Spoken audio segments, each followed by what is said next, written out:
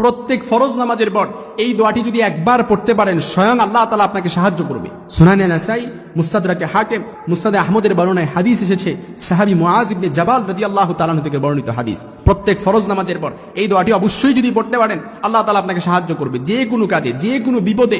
ও হাদিসটি হলো মুআজ ইবনে জাবাল রাদিয়াল্লাহু তাআলা বর্ণনা করেন, একদিন রাসূল সাল্লাল্লাহু আলাইহি সাল্লাম আমার হাত ধরলেন আর বললেন, হে মুআজ, আল্লাহি, আল্লাহর শপথ আমি তোমাকে ভালোবাসি। আল্লাহর শপথ, আল্লাহি মুআজ আমি তোমাকে ভালোবাসি।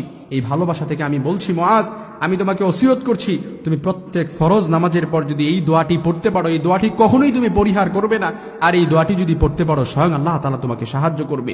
এই দোয়াটি আমরা সকলেই পারি। আল্লাহুম্মা আইন্নি আলা যিকরিকা ওয়া শুকরিকা ওয়া হুসনি ইবাদাতিক। একেবারে তিনটি শব্দের দোয়া। আল্লাহুম্মা আইন্নি, শুরুটা হচ্ছে হামজা, পরেরটা হচ্ছে আইন।